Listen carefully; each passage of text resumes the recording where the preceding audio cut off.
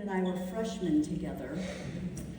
He was my very first year of teaching here in 1989. He was in my, what was then called, basic acting class. We now call it Acting 1. And the party began. So, Brendan, our first question is, could you talk about what it was like to be a theater major at ISU in those days? Sure. I mean, you know, the part that is definitely probably the same now as it was then is that, you know, we were all a bunch of, you know, rumpled misfits who found each other and had, you know, an incredible time together, you know. With the vibe, though, was a little more ramshackle, because, and I think it's because we were still so close to, like, the Steppenwolf period, and, like, we felt, you know, like we had to be like that way, you know, and so it contributed to, like, doing everything in kind of a, yeah, like punk rock, hard scrabble manner that maybe has been, you know, financially removed from possibility anymore. So yeah, it was like you had nothing, and you had everything. It was great. So, what made you choose ISU, Brendan? I think I remember you were waffling between a couple schools in the story that I heard before. Yeah, well, I used to be really obsessed with the Beatles. I still am, actually. That's a dumb thing to say. I'm still in the Beatles.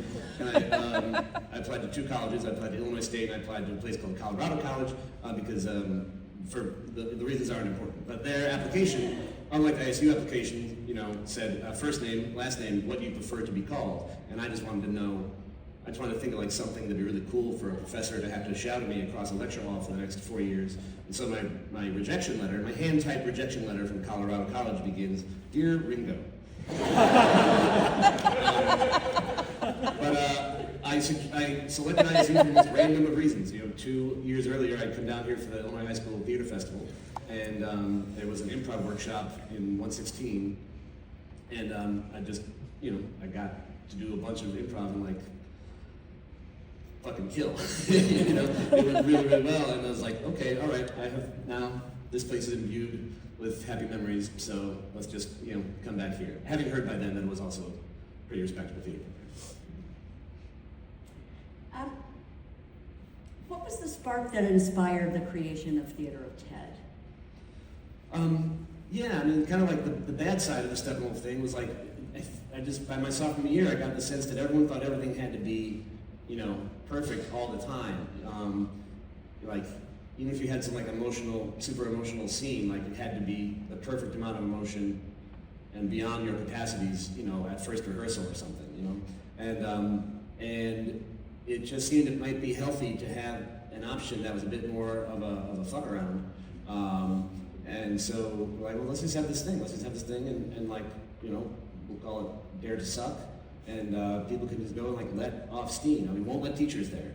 And that was the key. Like, if there's no faculty there, then like, there's no one that you're trying to impress. You know, you're just doing this thing because you feel like doing this thing. And yeah, it only got named Theater of TED because we were going to call it Theater of Bob, but someone reminded us that there had been a party house in the department called House of Bob. So like, right, got it. Theater of TED, done. House of Bob denizens in the room.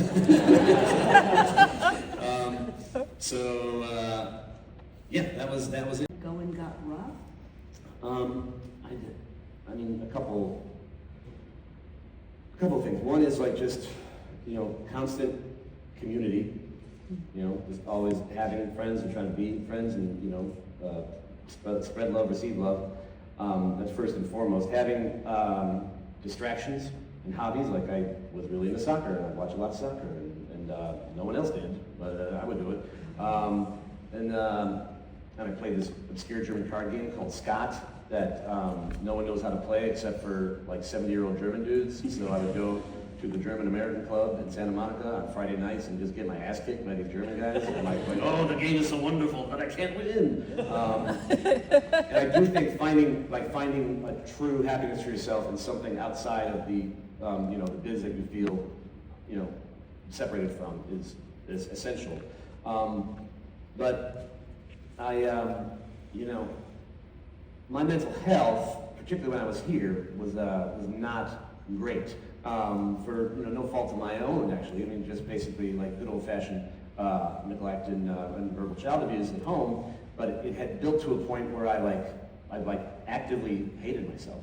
Just I thought I was an actual just piece of fucking garbage. And I basically the same Sarah Tapley once. Actually, I was at her house, and she was like, "Actually, you're not supposed to think that. You don't have to think that. It's not right." Like, what? And that helped. That was like the first step of realizing like maybe that's not an obligation I have, is to have these thoughts all the time. And so they got a little bit dissipated from that, and then it got a little dissipated when I moved to Amsterdam. And a little dissipated, as I just get a little older, a little wiser, but never really goes away. And I only finally started therapy, with my therapist, who I still see now, in like 2013. So 96 to 2013 is just varying levels of like how much do I hate myself at a given moment. But in those times, even when I hated myself a lot, there was still a voice in the back of my head, a tiny, tiny voice going like, you are actually good at this. This is what you are supposed to be doing, so just don't stop. Just keep doing that thing. And it just took me a long time to realize that that's the voice that was actually me, and the other voices were implanted by other folks, and not ones that should be listened to. And like, those voices are scars in a way. They won't really ever go away, but they no longer have as much power, I'd say. They're diminished, they're compartmentalized. But it's a long way of saying, if you are trying to do this and stick this out, actual, legitimate confidence is a belief, hashtag believe, is a huge help. That's great. Thank you. Thank you. That's Exactly one show total after leaving here, but now I use it on the TV show from time to time because, like, I have a decent sense of at least composition, right. and lighting, and so I can speak to the directors in that way, in a way that some of the writers maybe don't feel as comfortable doing. How did the TV show evolve? Others may know this already, but I don't know if everybody does. Sure. You go from a commercial to a TV series. It's kind of an unusual path. Yeah, it's not supposed to happen. And previous attempts have all crashed and burned. So, Jason got hired to do a commercial for NBC Sports because they had acquired the rights to the English Premier League, the soccer league. And he said he would take the job if he could hire whoever he wanted. And he hired me and our buddy Joe Kelly, and we were going to write it. Me and Joe and Jason had all spent time at Chicago and Amsterdam for different periods, and so we'd all had our eyes open to soccer a little bit. I became a bit of a zealot, and we only took the job. There were other reasons we took the job, so we would get to go to London for 3 whole days, and it was super fun, and it did very well for the people who were showing it, and they asked to come back the next year, but they didn't have the budget to send us to London again, so we sort of paid to the world. Because in the first commercial, Ted is very different than you see on the show. He's just a sketch character, very broad, knows aggressively nothing about soccer, and is borderline stupid, just a parody of the loud, ugly American, and something you can really do for 6 solid minutes, but no more than that. The second one, because we had the budget, we were like, okay, well, what's he doing now? And we're like, okay, well, he misses it. He misses London. In his apartment, he's going to have, this memorial to all the things he doesn't get to do anymore. And in that version, he did like tea because it made him think of London. And he's coaching a girls' team now, and he's very sensitive to them. Hey, you got 8th grade coming up, a lot of changes. And so that unlocked this window to the character a little bit of a sensitive side to him. So a few months later, Jason was like, guys, we gotta keep doing this thing some way or another. And we didn't know if it was gonna be a TV show or a movie or another commercial. But we hung out at Jason's house in Brooklyn for a week, and we wrote a script for a pilot and a structure for a 6-episode season. We had the UK office in mind as a model, so 6 episodes, and then some kind of special. And we were pretty happy with what we made, and then nothing happened for years, nothing at all. And like Joe's career is going great. Jason, obviously, his career is going great, and he kept having kids. And meanwhile, I am like holding on for dear life in LA. And like I wanted it so bad. I was so thirsty for this thing to happen. And I literally got to the point of, you have to stop thinking about it, man. It's just not going to happen, you know? It's what happens sometimes. You get close and it doesn't go. So, okay, fine. And, you know, even living with my lovely partner, who was out here somewhere, I was like, starting to think about, okay, it's time. We took a go, and now it's time to do URDAs. Like, I had a lunch with a friend of mine who does a lot of regional theater, and like, yeah, just talk me through it. There's an ability in this. I can do this. And like, then I go on a trip with Jason to do a charity event in Kansas City. We're together for 3 days. And then, like, all the way back in LA at baggage carousel, we hug goodbye. I'm walking away. He goes, oh, wait. I'm like, yeah? Is all that TED LASSO stuff we worked on, is that still online? Which, in my running joke there is like, that's another way of saying, I don't know how Google Docs works. Like, yeah, it's online. No, great, because I'm having this meeting with Bill Lawrence tomorrow, so. Okay. We've been together for 3 days, man. You could have told me this a little while ago. Bill Lawrence, for those who don't know, is a bit of a TV mogul. He created Scrubs, he created Spin City, he was one of the first writers on Friends, etc., etc. Cougar Town is him. And once he got on board, then things happened very, very quickly. But yeah, the challenge was from the beginning, like we cannot make him like that character in the first commercial. We have to make him real. And so we knew from that pilot we wrote, that original pilot me and Joe and Jason wrote, like, it's 80% in what eventually gets on TV. But yeah, we knew he had to have some kind of real emotional side to him, and Jason, like, he's divorced. That's why he's there, he's divorced. And so we had that long divorce phone call at the end of the episode, and then that opens up a whole bunch of, paths for us. Rambling answer. I'm not even sure it's how to answer the question. That's an amazing story. It's a lesson in Zen in the art of acting. Like let it go. Yeah. And it will. And like I was pretty good about letting things go overall. Like I really had gotten in the habit of like, I'm going to this audition and I'll get it or I won't. Okay, off to go. I'm not going to think about it anymore. But Ted Lasso, I just wanted so bad, to have a thing I was going to be writing and being in, about a subject that is close to my heart with, people I've been friends with for years. I was thirsty as hell. Well, a few happy coincidences along the way happened. When we shot the first one, happened to be between productions of this play, Absolutely Filthy, that I wrote. We had done it in LA, we were about to do it in New York. And I play a homeless person in that play who has a big scraggly beard, and I didn't want him to shave it in the middle, so why do that? And why not? So I have a beard in the first one, but for no other reason than that. Joe Kelly wisely was like, you shouldn't talk in this. I shouldn't talk? Because Ted's going to do all the talking, and you need to be his second in command who just fills in and just comes in with like one-word darts. That's right. That's 100% good call. And so then by the time he becomes a more real character, he didn't get named in the first one, and I think he calls me Coach Beard offhandedly in the second one. And that was like decided on that day, All right, so you're gonna get in this car. I'm like, oh, what should I call you? Ooh, nice. And I didn't know. He was like, Coach Beard. All right, and now that's that's yelled at me across airports. But yeah, so once it was about making him as a real character, like I tried to, like, though I am far more loquacious than he is, I tried to make him fairly similar to me in just by having lived in Amsterdam for so long, like I've seen some shit, man. And so like just that, like he's been around, he's done things you don't know about from his, semi-professional looking demeanor. But I also drew very specifically on like the personalities of dudes I worked with at Braden, because being a stagehand at Braden was my main job here for years. And there was some just real like salt to the earth, incredibly stoic, not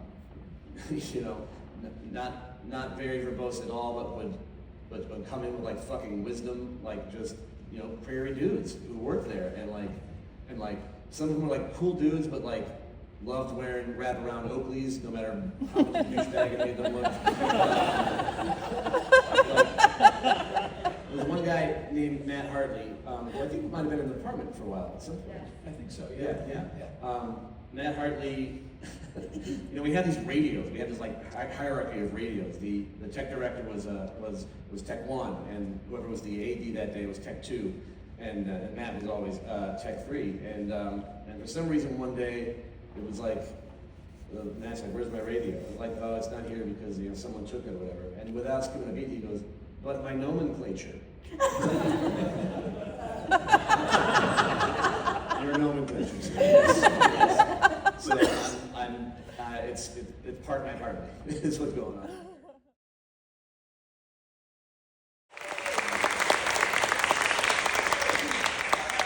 Some stuff that's already out in the ether, so they're not spoilers, but it'll focus on a women's team. I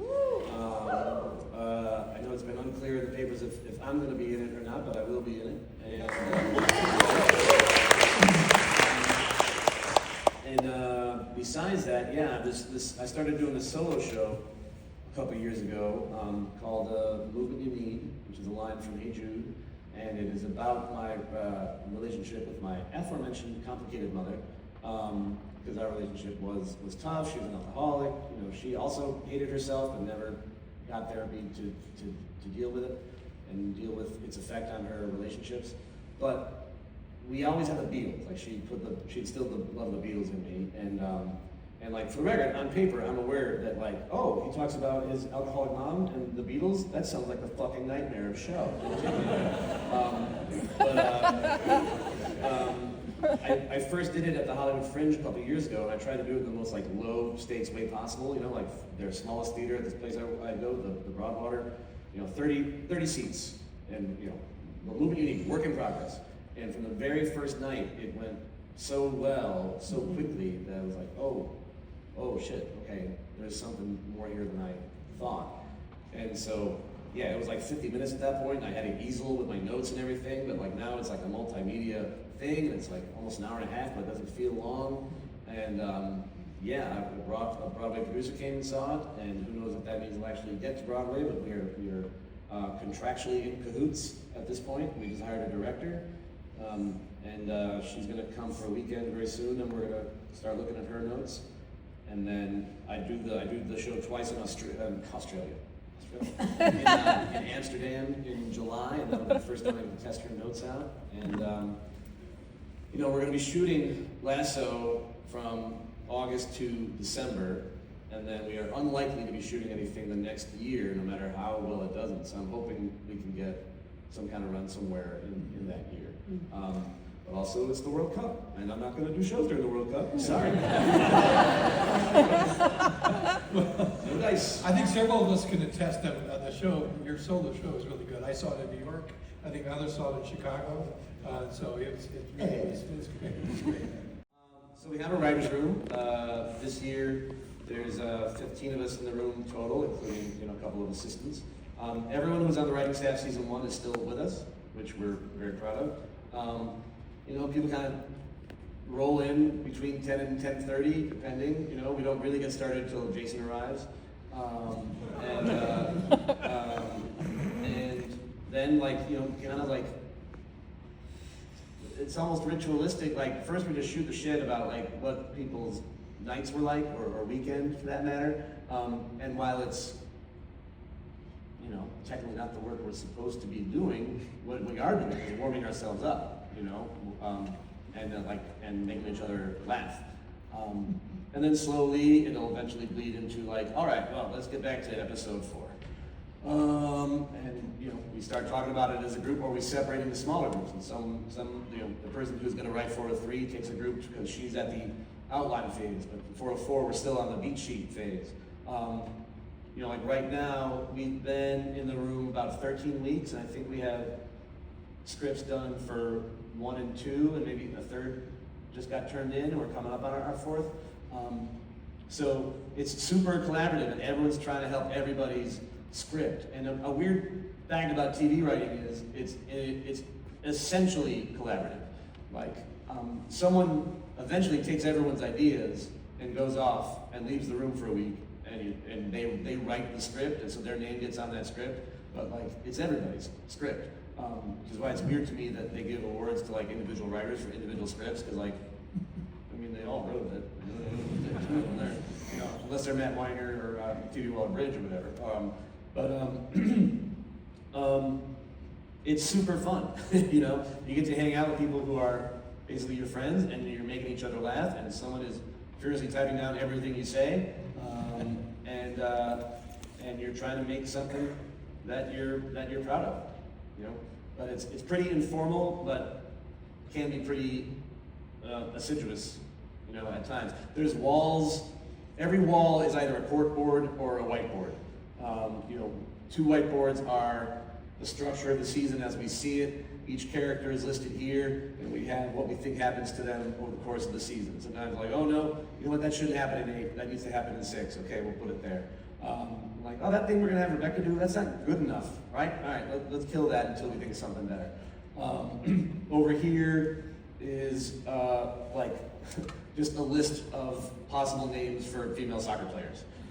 Over here is like the actual cards we started to draw up of scenes for episode 4, and like the pink cards are what happens to Ted, the red cards are what happens to Roy, the green cards are what happens to Rebecca, you know, whatever, and then eventually we shuffle them back into what might be a order of a episode. So then a first draft gets written, we give notes on it, studio gives notes on it, the network gives notes on it, and then the writer takes those notes, makes a second draft, the same note process happens again, and from there can still be notes, but the structure should be right. We should not be having like, oh wow, we need to take out that scene at that location and add in a scene at another location, because that just fucks up everything. So, having said that, if it was really, really important, we would do it. And then that scene, you know, so now that we have like 401 and 402 written, but we're not going to shoot those till July and August, we'll focus on other things. When we come back to them in July, we'll be reopening the can of worms in a way, and like we'll do more punch-ups, and even on set we'll add, you know, a new button or like change this line, what have you, but no longer be doing wholesale changes. And so yeah, that's basically what it is from gestation to execution. One of the things I most advise folks to do who are trying to get toward a career, to a place, is do not pedestalize the people who have those careers. Like, I cannot stress enough. So like, it's like, you know, they had a video about me, and like, and we know that I got a bunch of statues and shit. But again, I was doing jumping jacks naked in 116. I would also go to 116 and lock the doors and just have like private screen therapy. I've wept in every room in Centennial West, and that is true of all the people you see on TV. Like they do good work. They got to do good work to be there, but they're just folks. You know, everyone in LA takes a shit every day, unless they're on Ozempic, and it's every other day. Folks is folks, and you are folks, and so do not think of them as at some remove, because I did that for sure when I got to LA. Even though like some of the people doing well were friends of mine, I still felt like, you know, TV and movies and a career, like, oh gosh, oof, if only I was that kind of person. And I thought myself out of a career for an unnecessary amount of time. But then the flip side of that is, then if things are going, you know, well for a little bit, and you think to yourself, like, I'll get on these like fucking, like, it's a Writers Guild talkback over Zoom with, you know, with Maya Rudolph, and think like Maya Rudolph doesn't want to be here with me. Jesus Christ, that's fucking Maya Rudolph. This is ridiculous. But like that attitude doesn't help, you know. And so just wherever it is that you've ended up, just assume that you're supposed to be there, because if you think otherwise, it's just annoying to everybody else. But yeah, I still get imposter syndrome. We are here to present you with the inaugural School of Theater, Dance, and Film Outstanding Alumni Award.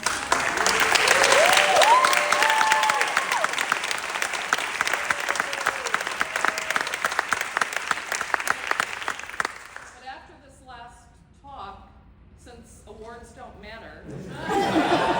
Good night, everybody! Al? This award recognizes your successes and also your resilience and longevity as an actor, writer, and playwright.